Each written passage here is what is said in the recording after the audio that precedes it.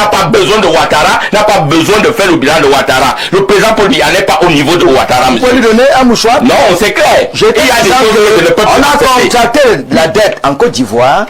Est-ce que vous savez l'un des pays les plus que le médecin ivoirien? L'un a dit que le médecin camerounais. Mais l'un des pays les plus endettés. Bertrand Tchouinkam, ce matin, nous allons donc nous poser la question s'il est possible que nous puissions juger le maçon au pied du mur. Que peut faire Biya pour ce nouveau septennat?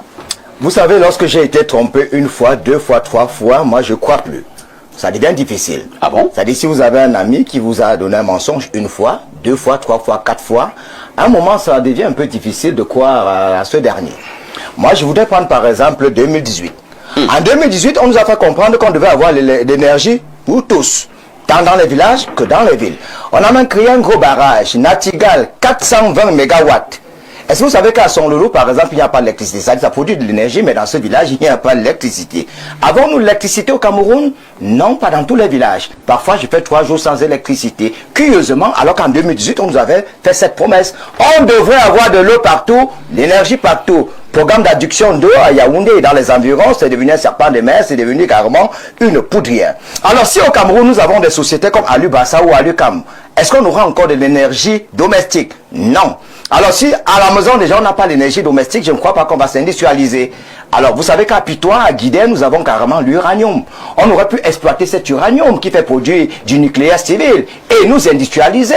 Vous savez que le nucléaire, ça s'utilise dans des pays sérieux, comme l'Afrique du Sud, qui est déjà un pays émergent, comme dans les pays européens, le nucléaire civil. Ça se fait avec l'uranium. On a l'uranium à Pitois, on a l'uranium à Guidère. Mais chez nous, on a toujours l'énergie hydroélectrique. Nous sommes la deuxième réserve hydraulique en Afrique après la République démocratique du Congo. 58 départements, 50 qui sont baptisés par les eaux.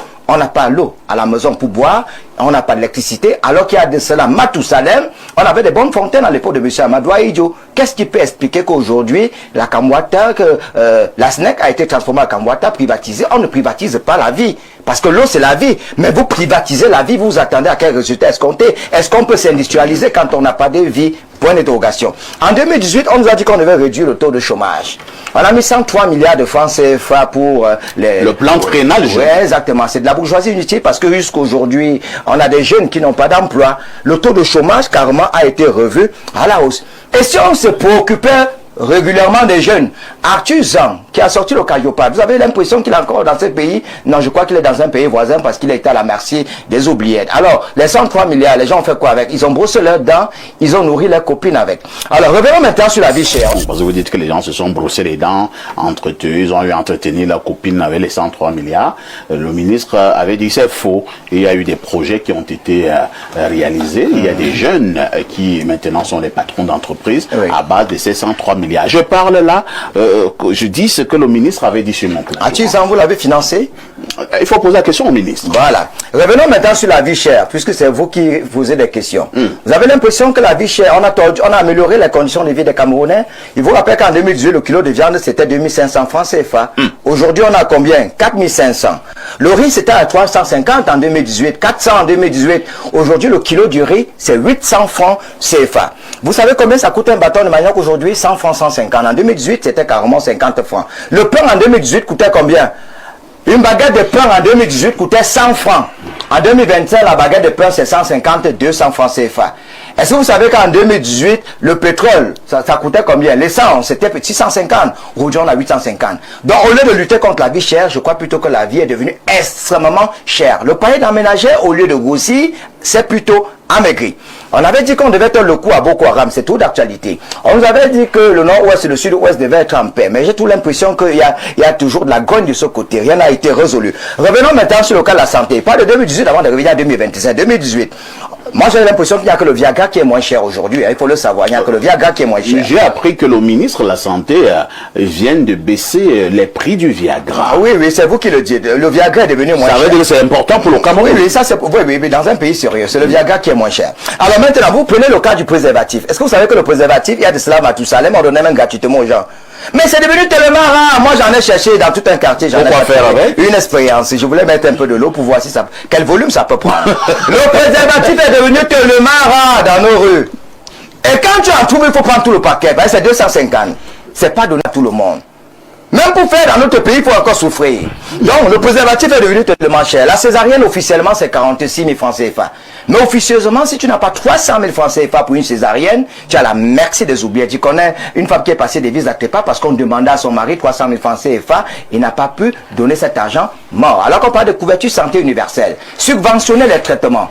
Est-ce que vous savez que l'hépatite B au Cameroun, l'hépatite C, il faut débourser au moins 2 millions de francs CFA pour pouvoir en découdre. Nous sommes l'un des rares pays où les malades qui ont l'insuffisance rénale font le pied de grue pour attendre de se faire dialyser. Donc, la couverture santé universelle, ça a échoué. Tout ce qui est ici, là, il n'y a que des échecs. Est-ce que vous savez qu'il y a des régions dans ce pays, une région dans ce pays où presque 90% des routes sont goudronnées, où il y a les courants jusque dans vous voulez parler de quelle région? Alors, mais je ne voudrais pas m'aventurer là. Il ne faut pas croire que rien n'a été fait, que le président de la République n'avait... J'ai dit qu'il y a une région dans ce Cameroun où 90% des routes sont goudronnées. Il y a le courant partout, il y a les écoles partout, il y a les hôpitaux partout. Pourquoi on ne parle pas de cette région? C'est indécent. Et je vais vous dire, c'est l'une des régions qui n'a même pas eu à voter le chef de l'État en majorité.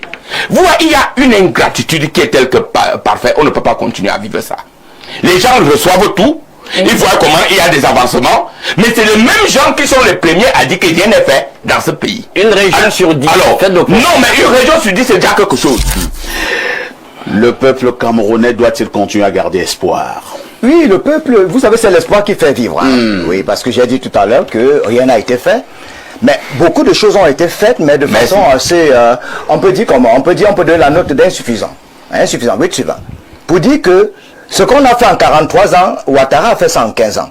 On aurait pu faire davantage. Non, mais la dette de la Côte d'Ivoire aujourd'hui se trouve à combien? À combien de millions que Ouattara a laissé son pays? Lui qui a passé une élection, après avoir mis tous ses concurrents de côté, il s'est retrouvé avec 90%. Ne nous compare pas avec Ouattara. Le pays, le Cameroun n'a pas besoin de Ouattara, n'a pas besoin de faire le bilan de Ouattara. Le président Paul Biya n'est pas au niveau de Ouattara, monsieur. Vous pouvez lui donner un mouchoir? Non, c'est clair. Il y a des choses que le peuple on a contracté la dette en Côte d'Ivoire. L'un des pays les plus endettés, le médecin ivoirien. L'un des pays n'a dit que le médecin camerounais. Mais l'un des pays les plus endettés, il a laissé son pays avec quoi? L'enseignant en Côte d'Ivoire est mieux nanti. Non, ne compare pas la Côte d'Ivoire. Le kilogramme de cacao, combien en Côte d'Ivoire?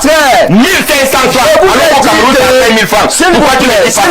Le kilo de cacao. Laissez-moi. Non, oui. Monsieur Vidra, permettez à Thierry Cameroun. Je parle des pays misérables. Le Rwanda a l'accessibilité au port. On a 8 ports au Cameroun, peut-être même 10. Le Rwanda n'a même pas de port. Une compagnie aérienne qui gagnait port. Vous connaissez le nom de l'avion présidentiel parce qu'à l'époque de M. Amadou, on avait le Pélican. Vous connaissez la dernière fois que j'ai pris Camer? Je suis sûr que vous n'en prenez pas. Au niveau de combien de kilomètres? Même pas 2000. Est-ce que vous savez que même l'Europe peut vous kidnapper sur l'autoroute Yaoundé-Simalé? Il faut électrifier cette route. Et la phase urbaine, c'est jusqu'en 2030, ça a été rallongé avec des milliards de francs CFA. Il ne faut pas être la route. Vous avez voyagé. Non. Quand vous prenez une route, alors à Yaoundé, le passage Clouté, vous connaissez ce qu'on appelle passage Clouté? Passage à niveau, piste cyclable. On a rarement des routes. Or, des petits pays comme le Burkina Faso, comme le Niger, ont des routes. Moi, je voudrais qu'on fasse des routes. Qu'est-ce qui peut expliquer en 10 ans, on n'a fait que 60 km sur 250 sur l'autoroute Yaoundé? Prenons le cas de la lutte contre la corruption. Vous avez l'impression que la lutte contre la corruption, ça a avancé? Non. La corruption va toujours de façon assez grandissante. Maintenant, prenons le cas de l'agriculture de seconde génération. Le président avait dit la terre ne trompe pas. Mais vous avez l'impression, il n'y a pas eu de moralisation, il n'y a pas eu de rigueur. Maintenant, regardez un peu les expatriés qui ont pris les terres en Afrique. Quand on prend le cas de la République démocratique du Congo, où 10 millions de terres sont utilisées par des expatriés. On prend le cas de l'Indonésie, où 6 millions d'hectares de terres sont... Chez nous, c'est 4 milliards. Un jeune qui veut faire l'agriculture, la loi camerounaise, la loi de 1974, elle est moyenâgeuse. Pour avoir un titre foncier au Cameroun, il faut avoir minimum 40 ans. Alors, si ce jeune qui a 24 ans, 25 ou 30 ans va avoir un titre foncier sur une superficie qui est grande, est-ce qu'il sera capable de l'avoir? Quand 4 millions d'hectares de terre sont utilisés par des expatriés, quand vous prenez par exemple la PHP, la société PHP du côté du Djombe Pendia, la bananera, ça ne nous appartient pas. Ce sont les Français qui l'exploitent. Donc je prenais juste ce bilan pour faire comprendre que ça sera difficile. Mais s'il y avait une urgence en 2025 et qu'il fallait que Bertrand... Salut à tous, et bienvenue sur Éclat Politique Féminin, la chaîne où une voix féminine analyse sans filtre la politique camerounaise, avec courage et précision. Si c'est votre première fois ici, abonnez-vous et activez la cloche de notification. Ici, on dit les choses comme elles sont. Sur cette chaîne, nous avons pour habitude de prendre le temps de décortiquer les discours pour en extraire la substance et les enjeux réels. C'est dans cet esprit que j'aimerais revenir sur cet échange. L'échange que vous venez d'entendre sur les plateaux d'Info TV est bien plus qu'un débat. C'est un bilan citoyen qui couvre près de 15 ans de promesses politiques. Chaque point soulevé, l'énergie, l'eau, la santé, la vie chère, est une attente déçue et un rappel d'un droit fondamental qui peine à se concrétiser. Ce qui rend ce dialogue percutant, c'est qu'il révèle un phénomène plus profond que des simples échecs sectoriels, l'érosion systématique de la confiance. Quand le village qui abrite un barrage reste sans électricité, et ce n'est pas un cas isolé, on pourrait citer le barrage de l'Homme-Pangar, inauguré il y a plusieurs années, dont l'impact sur le réseau national reste très en deçà des attentes de stabilité et de couverture annoncées. Quand le prix du riz ou d'une césarienne devient prohibitif malgré les annonces, ce ne sont plus des retards techniques. Ce sont des fractures qui remettent en cause la crédibilité même de la parole publique. À bien l'écouter, ce discours nous dit quelque chose de troublant sur l'exercice du pouvoir lui-même. Il révèle un fossé, non pas entre des projets et leur réalisation, mais entre un langage politique de statistiques et de grandes annonces, et le langage du peuple qui est fait, lui, du prix du pain, de l'eau du robinet et de l'attente à l'hôpital. Le véritable enjeu n'est pas un déficit de communication, mais un décalage de réalité. Bertrand Tuenkam utilise les promesses de 2018 comme un référentiel. Cela nous apprend une chose essentielle, les citoyens se souviennent. Ils comparent les discours d'hier aux réalités d'aujourd'hui. Et cette mémoire collective est le premier garde-fou contre l'oubli des engagements. Une autre dimension cruciale est évoquée, presque malgré elle, la comparaison avec les voisins. Que l'on parle de la Côte d'Ivoire ou du Rwanda, ces références ne sont pas anodines. Elles traduisent une anxiété collective sur la trajectoire du pays et une interrogation douloureuse, et nous, où allons-nous ? Pourtant, face à ce constat sévère, la demande finale de l'intervenant est d'une simplicité frappante et révélatrice. Il ne réclame pas de grands projets, de nouveaux plans. Il exige l'essentiel, baisser le prix des produits de première nécessité. Cette priorité absolue, c'est un message clair. Quand les besoins fondamentaux, manger, se soigner, se déplacer ne sont pas garantis, tout autre discours sur le développement devient abstrait, voire déconnecté. Cela nous amène à une question fondamentale. Comment peut-on sérieusement envisager l'émergence ou la prospérité partagée quand l'énergie de base est consacrée à la simple survie quotidienne ? Prenons un instant pour nous représenter ce que ces grands débats signifient concrètement, au jour le jour. C'est le miroir du quotidien camerounais.